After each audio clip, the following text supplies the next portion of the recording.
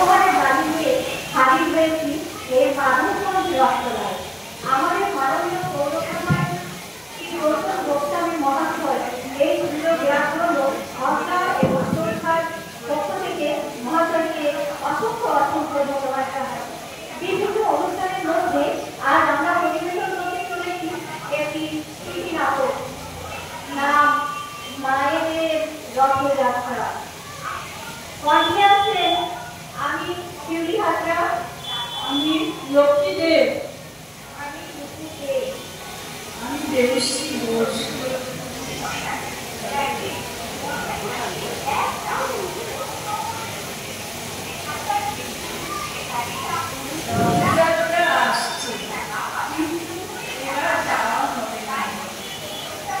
আসছে আমারও যাওয়া হবে না, বাড়িতে থাকতেই হবে। ছেলে বলেছে মা বেরোতে পারবো না, বেচারা কাজে চাপে এত ব্যস্ত থাকে। আমার মেয়ে বয়সে মা, তোমার বয়সে বাইরে গেলে লোকে কি বলবে?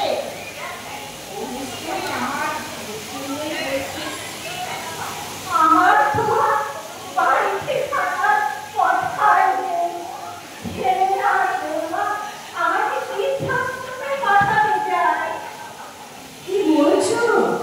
বৃদ্ধাশ্রমে কেন? আর রাতে শুনলাম ওরা কথা বলছে আমি নাকি বাড়িতে থাকা ওদের খুব অসুবিধে হচ্ছে। আর হয়তো আর ভারত জন্যই ওরা করছে। হয়তো ভাই নিশ্চয় তোমার ভালোর জন্যই ভাবছে। তুমি কিছু বললে না আমাকে? বুঝতে পেরেছি, ওরা আপন জন। জানো, এই রথযাত্রার কথা ভাবলে আমার ছোটবেলার কথা খুব মনে পড়ে। মনে আছে আমার ঠাকুমা আমাকে হাত ধরে রথতলায় নিয়ে যেতেন। বাইরে তুমি থাকলে কত খুশি হতেই। হ্যাঁ গো, আমারও মনে পড়ে আমার বাবা আমাকে কাঁধে করে নিয়ে যেতেন। রথের সামনে কি ভিড়, আর আমি মায়না ধরতাম বাবা ওই পাঁপড় ভাজা আর জিলাপি। আর বাবা চলে গেছে, কিন্তু সেই স্মৃতি এখনো বুকে বয়ে বেড়ায়। সেই স্মৃতি রথের সামনে পোশাক হিসেবে বিক্রি করছে। কি মিষ্টি মাছ ভাতে খেতে কি যে ভালো লাগতো। হ্যাঁ, ঠিকই বলেছো। আমি তো রথের দড়ি টানতাম, মনে আছে? সবাই মিলে জয় জগন্নাথ বলে দড়ি টানতাম। বাবা মা দুজনেই পাশে পাশে। এখন খালি তারা কোথায়? আর সেই মেলা, রথযাত্রার সময় যে মেলা বসত, আমার দাদু আমাকে নীল ঘাগরা করে একটা পুতুল কিনে দিয়েছিলেন। হায় ভগবান, সেই দিনগুলো আর ফিরে পাবো না। হ্যাঁ, আর সেই নাচ গান আমার মামা ঢোল বাজাতেন, আর আমরা সবাই কেমন নাচতাম। মামার হাসি মুখটা এখনো চোখের সামনে ভেসে বেড়ায়। আমার মনে পড়ে রাতের যাত্রা করা হতো, মা বাড়ি করতে, কিন্তু আমি লুকিয়ে লুকিয়ে দেখতে যেতাম। এখন মায়ের কত কথাটা আমার মনে পড়ে। আর সকালে উল্টোটা সেদিন আমরা মেয়েরা সবাই মিলে আরতি বানাতাম। মা শিখিয়ে দিলেন তো। আর আকাশের স্পর্শ আর পাও না। হ্যাঁ, কি দিন ছিল। এখন ভাবি সেই আনন্দটুকু আমাদের নাতি নাতিরা পাচ্ছে না।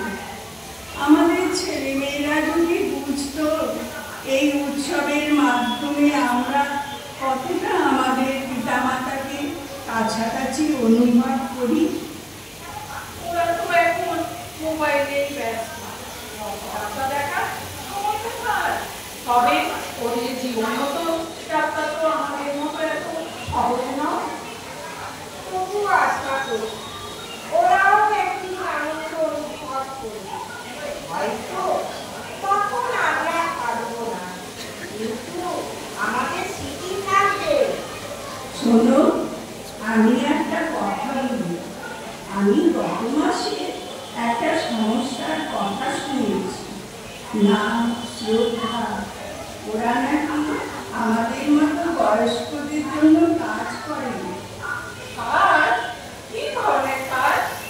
ওরা আমাদের অধিকার রক্ষা করে, আইনি সাহায্য দেয়, এমনকি যদি কেউ নির্যাতনের শিকার হয় তাহলে আশ্রয়ও দেয়।